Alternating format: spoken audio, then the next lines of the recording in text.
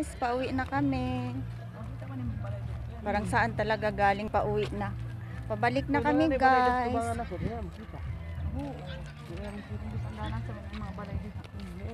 Hello langga.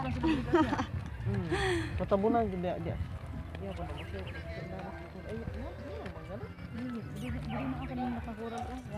Pauwi na kami guys. May dala ako pang pang taboy sa sa aso. Matuta. Ayan, nag-exercise ang tatlong sisters. The 3 sisters kasi busog kanina. Nagmerienda ng saging, magbigat ang tiyan. Ayun.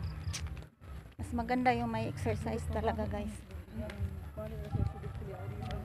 Musta kayo lahat guys?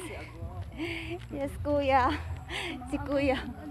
Wala dito, madamo pa talaga dyan banda guys. Wala yan, yung bahay na yan. Wala pa din nagtira. Dito si kuya, medyo okay na din ang bahay ni kuya.